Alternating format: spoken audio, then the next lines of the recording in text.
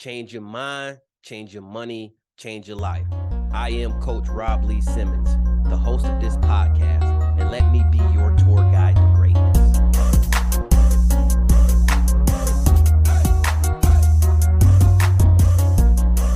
If I was doing any better, I would be you. Welcome to the Greatness Academy podcast. I am here with Taja Lewis.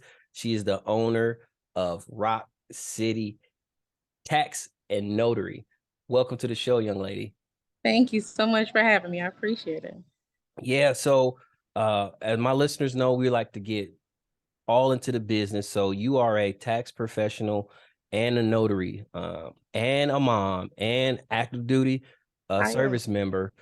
How do you balance all of that? To be honest, sometimes I'm still trying to figure it out, but I make it work. I slave time for the army and I get the army out the way. Then I get mom out the way. And then it's entrepreneurship time, so I make it work.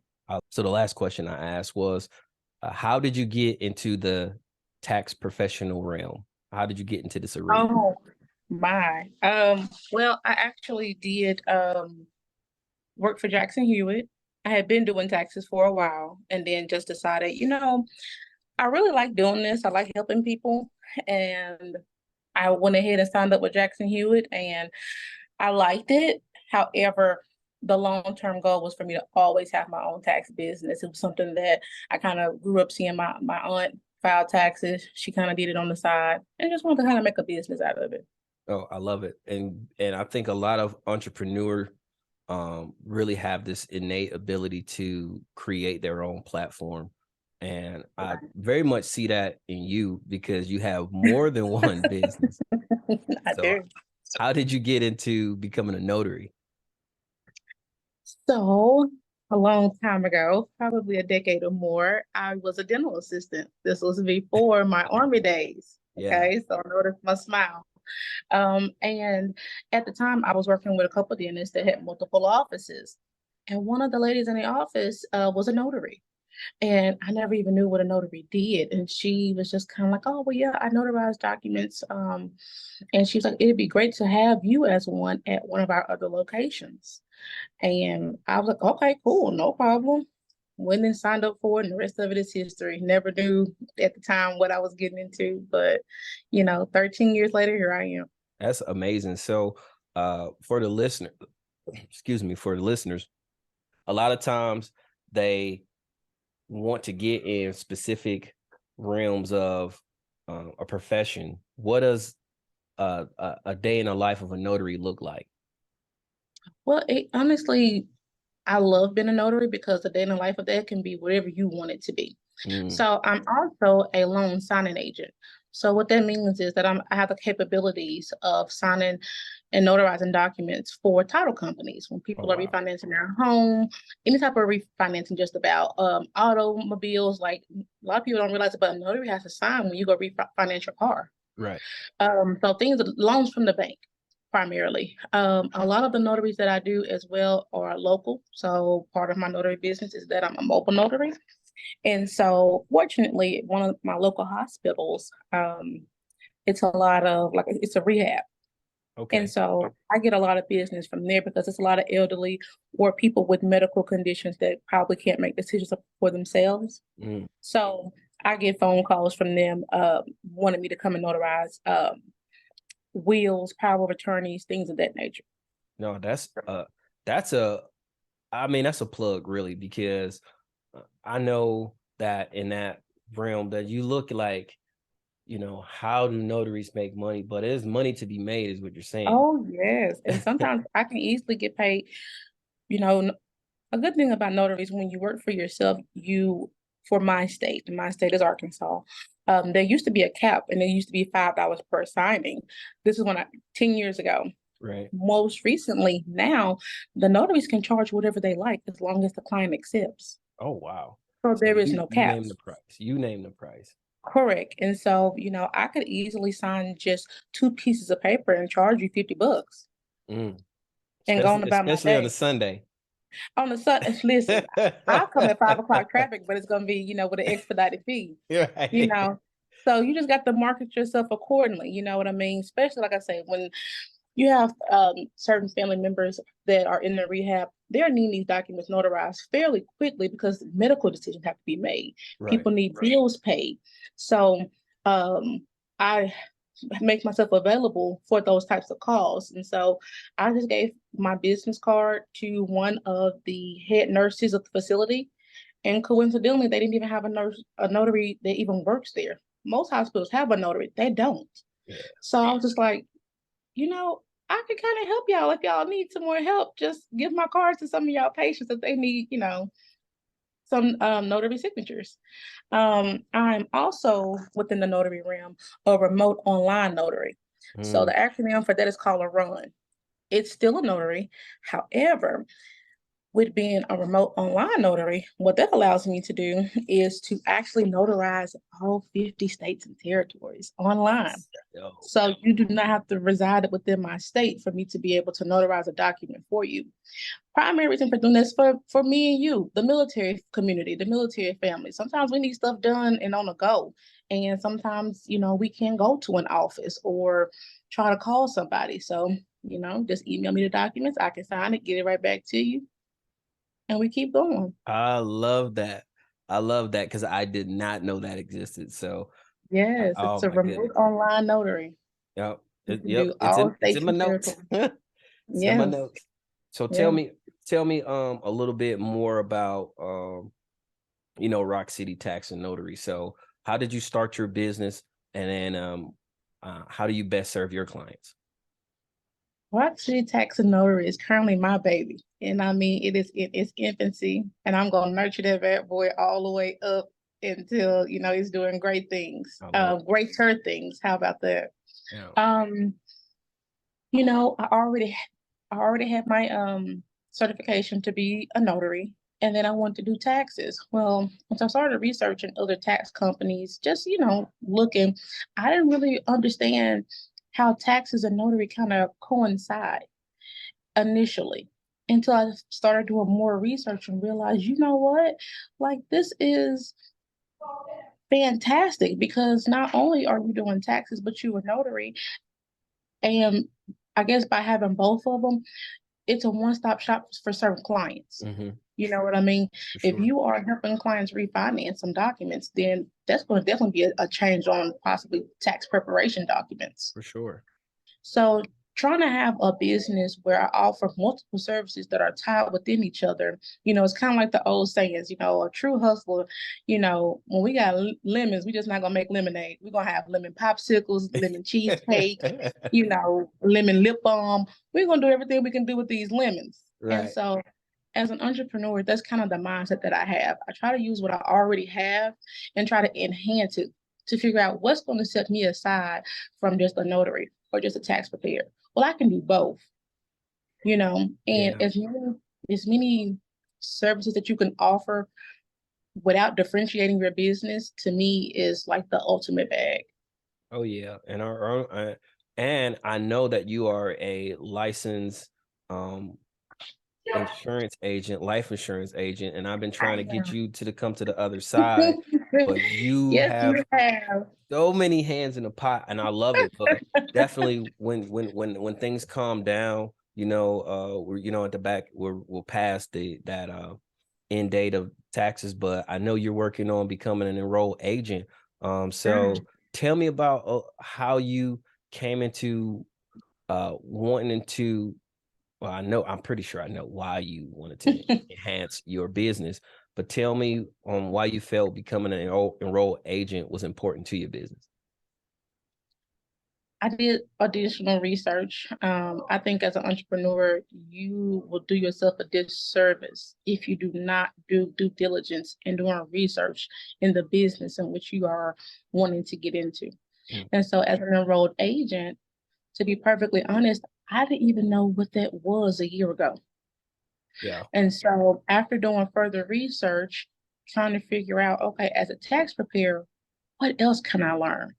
And once I started researching and got more in depth into the tax industry, I was absolutely mind blown at all of the different facets that taxes come with. Most people think just file your taxes. Like, no, that is not it, just filing taxes. Right. And so I started Facebook groups researching and came across being an enrolled agent, which is equivalent, if not, in my opinion, a little bit higher than just a CPA. An enrolled agent, they can go before the IRS and negotiate tax debt for clients. And what better way to get, in my opinion, those six-figure earners, if they have large tax liabilities, is to be able to help them service those clients and be able to assist any way I can so that they're not giving Uncle Sam more than what they already having to give Uncle Sam. Right, right. And I think Yeah. it's the bigger piece, right, is just being able to provide your clients with that level of security to know, hey, I'm gonna do these taxes and I'll stand before the IRS, and 'cause I'm putting my name on my work. You know what I'm Exactly. And saying? a I lot of stand people on what have I do. exactly. And I take pride in that. And I, want my clients to know that I take my business seriously and I just don't do taxes, that I know taxes. Right. That's what's going to set me apart from other tax preparers that just do tax. Because a lot of people do taxes Right, right, until you right, get a right. letter in the mail from the IRS. Right. Now you're looking for somebody that know tax. Right. Exactly. So, you know Exactly. what I'm saying? So I just wanted to be able to just know what I'm doing and to just reassure my clients that I know what I'm doing. And I just want to be able to help as much as I can within my business, because some of the things that I'm learning with taxes, they are very intangible assets. I was just telling my best friend the other day, once my daughter probably hits 10, I'm going to start training her how to file taxes and do tax preparation. Like, these are things that are life skills that you can pass down that don't require a degree, For that don't sure. require for you to have to, go to a trade school. For sure. And so that's important for me, is for the next gen of my family to see, what it is that I'm doing. And it is my sole mission in life is to teach my kids to the next gen everything that I learned late, early. Yeah, that's beautiful because that's actually how I got into taxes. So a lot of my listeners probably don't know, but I am, a trained tax professional. I've been a tax professional for over 18 years now. Now, mind you, I'm 38, right? So, so that's a whole lot of years. But what happened was when I got out of school, my mom, she continually told me, "Hey, you need to, to kind of discover a craft." And then she handed me a card. H&R Block was doing in-course classes. So she's like, hey, you can figure out how to create your own business. So I went and did the free class. I took the class. I actually passed with flying colors to the point where, I was one of the folks that they're like, hey, do you want to work here? We'll offer you a job. Of course, I'm, 19, 20 years old. And I'm like, I don't know how to do taxes. They were like, well, your test scores say you know how to do taxes, right? I was like, oh, it's Exactly. just simple math. It's simple math, right? And so I've been doing it ever since. I actually stopped doing it last year just because the the trajectory of where I was going was taking me towards being a CPA. They're like, and everybody's like, just go ahead and you already got a college degree, but you probably only need a few classes to become a CPA because I have a sports management degree, which has basically all business classes with like maybe 8 sports classes. So the one class that we get that most business people don't is like fundraising and damn, I can't think of the name of the class, but it basically teaches you how to manage arenas and buildings and things like that. But Nice. yeah, so I would have the credits for it, but it just it's not fun to me. It's not fun. It's a lot of things I can do is fun, but it's not fun to me. So let me ask you this though, right? So Association for Black Tax Professionals, they had a conference recently. Were you able to attend that conference? And if you did, like what are some of the takeaways that you got from it? So I attended a conference a couple weeks ago, And man, let me tell you something. Mind blown. Okay. Mind blown. Um, I learned about collaboration more than anything. I learned as well not to try to be everything for everybody. Because yes, I love my clients and I would love to gain more clients, but however, not all clients are best suitable for how I do business. Correct. And so, though that was one of the most paramount things that I definitely picked up on, as well as how other entrepreneurs, how it's kind of like collaboration over competition, how different, like I said, entrepreneurs, it's everybody brings a piece to the puzzle. Oh, And for sure. so within that course, you had tax professionals, but it was broken out where you had one tax professional that did tax software, which is a service bureau. Then you had another tax professional that had an app for just for enrolled agents. Like she actually built the app to better assist the client so that if a client comes to you with tax debt, she already has algorithms in the app that you download, put the client's data in there, and it can show you what you could potentially save the client based upon what they owe the IRS. It's already pre-built for you.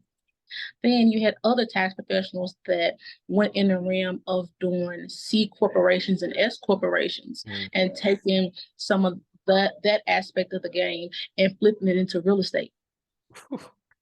Then it was 5 of them total. Then you had other tax professionals that not only did just taxes, but it was tax strategies, tax planning, tax resolution. Okay. That, you know, you get those people say every year I gotta pay in every year. Okay, well, why do you have to pay in every year? Let's sit down and talk about it. Let's sit down and see what all do you have going on. So they talked about that as well. And lastly, they even tied into taxes and life licenses. So helping those clients, who can't afford life insurance, be able to sit down and do a financial management, planning, and we break out and based upon your finances, how can we give you life insurance? And potentially let's pay a year worth of premium up with your tax return. Yep. And so I was just mind blown at all of these different people that they were all collaborating together because guess what? The life license person, if they were looking and had a client that wanted to get into real estate, here's my buddy, he does the real estate, and vice versa. And so they were still retaining the same client, giving them maximum services by all networking together so that that client didn't have to go and outsource elsewhere. Absolutely. Mind blown. I love it. And I would say probably 60% of the people so far that I've had on this podcast that I was able to use as a resource for my clients, to including you, where I can just reach out to you and say, hey, I got a client and he needs some help with his taxes and I don't want to do it. And I think the network is beautiful because that allows you to always continually have a tool in the bag for any job. So when I come see a client, I have a guy for it. In fact, I just sat down with one of my clients who's also a person in my network. And we sat down, we did a consultation. I gave them the bro man discount. And I got you. And then we sat down, we discussed a few things that they needed to know about real estate. Well, in the midst of that conversation, I know real estate agents in you name the state, I probably know a guy. So specifically, they were trying to get some work done on a rental property. Well, I was like, well, I actually know a what are they called? Contractor? Yeah, so a contractor. So I know some subcontractors because they were just trying to get their house painted. I know some subcontractors that can get the house painted for you next week if you need it. But that is the type of value that you bring, when you start to expand your network. I think it's kind of monumental to anything that you do. For sure. I mean, being in the room networking, again, it's so true. It gets you places that a degree sometimes just doesn't. Right. And I think it's essential because you just have more skills than you, and I ain't gonna say that you need, but you just don't have to relearn anything. Like, I'm glad No. I know taxes, and people will ask me a question about taxes, but I don't want to do taxes. So I'm about to call you. You see what I'm saying? Yeah. And so right Yes. now I'm not doing life license. So you know what? I got a guy that does. Right, You know what I mean? exactly. So I think that that is such an awesome thing to get like-minded people within the same industry Oh, for sure. and that don't necessarily do the same things, but can still reach out for their resource. So I like to get into the weeds of kind of some of the things that you're doing. So Okay. let's go into taxes a little bit. Sure. So I like to give free game. I think I'm the free game king, so I try to squeeze out as much free game as I can, Okay. with my folks I have on the podcast. So, like, kind of what is the best way for folks to optimize their taxes, and kind of prepare themselves to go into the next tax season? I would always encourage everyone, no matter what the income bracket is, tax planning. Mm, You know, tax planning to see exactly what deductions and what you qualify for. I've had several clients that had got certain types of repairs to their home. They didn't even realize that they could deduct it. You know, um, also this, and I say this is the time in the era right now, based on how the economy is doing, for all side hustles and all side giggers. hmm People door dashing on the side, they're not realizing that they can deduct certain tax deductions with their automobile, or you know what I mean. People that well, they braid hair on the side or cut hair on the side, but still have a 9 to 5. hmm You know, and don't realize that certain things require supplies. Right. Those can be deducted, and so I would definitely encourage, people who do things on the side that as a hobby, but if the hobby turns for profit, where you're doing something, someone say, hey, I really like that. I'll pay you if you make me one. That just became, a Right. whole small business that you didn't even know it. You know what I Exactly. mean? And some people don't even realize that something just that minute that you were doing as a hobby and people are willing to pay you now for it. The IRS does accept that, because you're doing something for profit now. It's not just a hobby anymore. Right. I think And that's so, amazing. I think that's amazing, because I know a lot of people who kind of struggle in their taxes and not understand how it works with their businesses. So, what are some things that uh, we'll say self-employed folks, business owners, entrepreneurs? What are some things that they can deduct from what it is that they're doing? well, I think everybody has certain different deductions, but a few of them that are going to be pretty much across the board. Cell phone bill, Mm, even if it's a personal or business phone, right out the gate, you have to communicate. Marketing, any type of marketing that you are paying for, even if it's you making your own flyers, paying for Etsy or Canva, free template flyers, those things can be deducted. Any type of insurances that you're paying for your business, if you have EO insurance, errors and omissions, things like that, those things that a business should have. Um, they can be deducted, if you are going to continue education classes, if you're paying mm, for some extra training on the side, that can be deducted as, a business expense.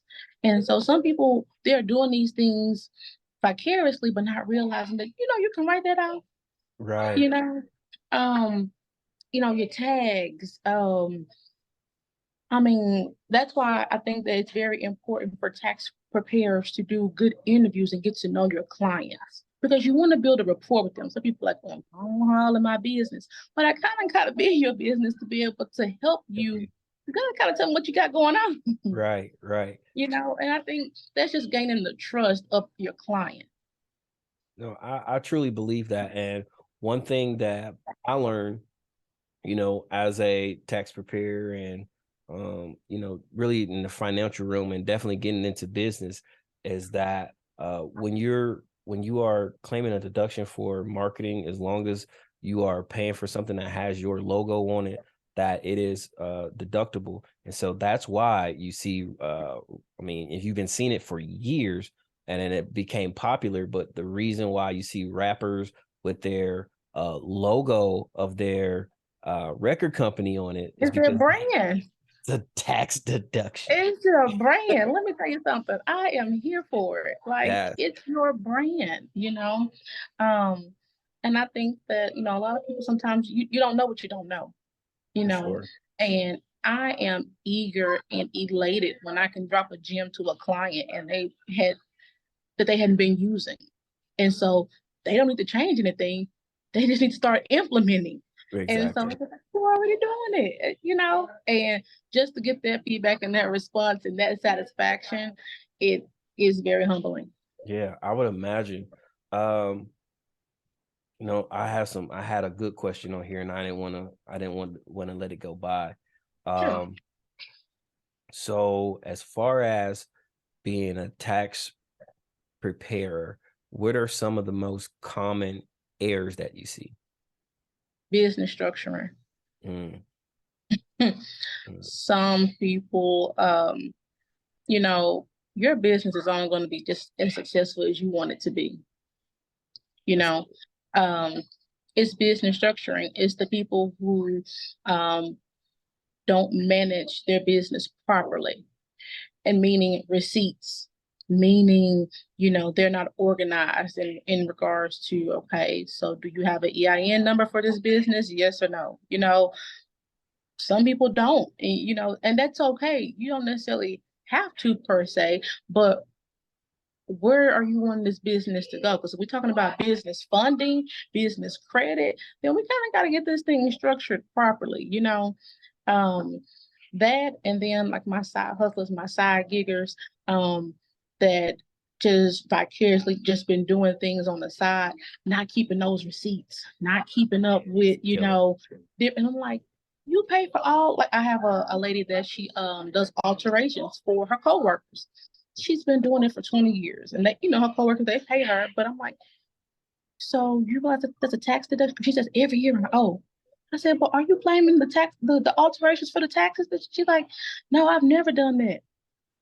She's Yeah, been she's been doing alterations for 20 years. I'm like, okay, so the supplies that you have to pay for the needle, the thread, the sewing machine, like, do you not realize that you can start deducting those things? She was like, no, I didn't know that.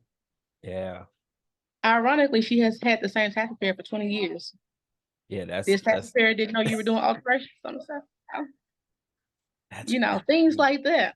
Yeah, that's insane because it gets even deeper than that, right? Because not only, your supplies, but again, the cell phone they call you on, the internet that you got to type up the print on, the room that you in is tax The office deductible, space of the house, the electricity that you using to use the everything. machine. Oh man. Yes, the Ah, whole shebang. Do you hear me? Like, and I'm like, come on. I'm like, again, you don't know what you don't know, and yep. that's the difference between having somebody that do taxes and somebody that knows tax. Right, right. All I Facts. can tell you, it's like, don't get no simpler than that. I love it. I love it. And Yeah. so, you know what? I definitely enjoyed your time and your information. I'm gonna ask you my favorite question of the show. I'm gonna Okay. ask you, what was the largest purchase that you've ever made, and then how did it make you feel? The largest purchase I ever made was 10 years ago when I bought my first home at 23. Ooh, And so, I was fresh off of a deployment and still green, yeah, yeah, specialist yeah. at That's the how we do time. it. And I had got some really good mentorship from a retired lieutenant colonel that at the time was honing on me buying a house. And I didn't get it then. I didn't fully understand. I'm like, why would I want to buy a house? I was fine living in my little luxury apartment, like, Right.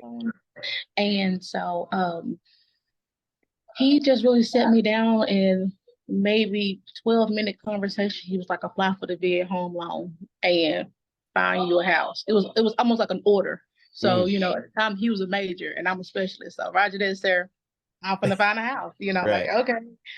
And, looking back on it, one of the best decisions that I've ever made.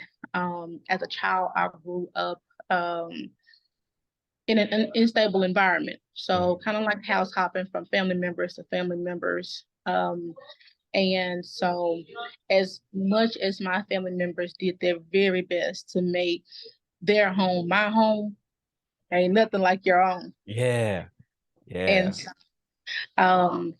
that is one of the most things that I'm proud of. I've already stated now that I'm learning more about entrepreneurship and business, that my home will be in a trust. Like, it's not for sale. You know what I mean? Like, it's a big deal because I'm one of the younger generations of my family that even owns a home. And so, when I bought the home, I didn't have any children. It was just me. Now that I do have children, I take pride in them having a place to start their foundation. That's amazing. And so I'm here my sole mission in life is to, like I said, teach them, train them. Everything that I learn late, they will learn early. And, I'm going to try my best to do my due diligence to ensure that I'm getting it out the mud so that they don't have to, And so it's with my I know I dragged that on, but no, I love it. My purpose is my home. I love it. Hey, I really, really appreciate you coming on. I had to chase you down. I had to catch 5 minutes of your time. I even caught you in the hotel lobby. Like, I really, really appreciate your time. And it is precious to me. I think you had a lot of valuable information for my listeners, and you definitely delivered that. And I couldn't be more appreciative of your time today. Thank you so very much for having me. Hopefully this will be, the start of one of many. Oh yeah, for sure. I looked at the time, and then I looked at all of the questions I have, and I know that, hey, I'm gonna save these for the next time I have you on, for sure. Okay, I like it. Yeah, for sure. And so on the show, we say that winners win, and we win when you win, and we want to thank you for being a winner. Thank you. All right, and we're out. Boom.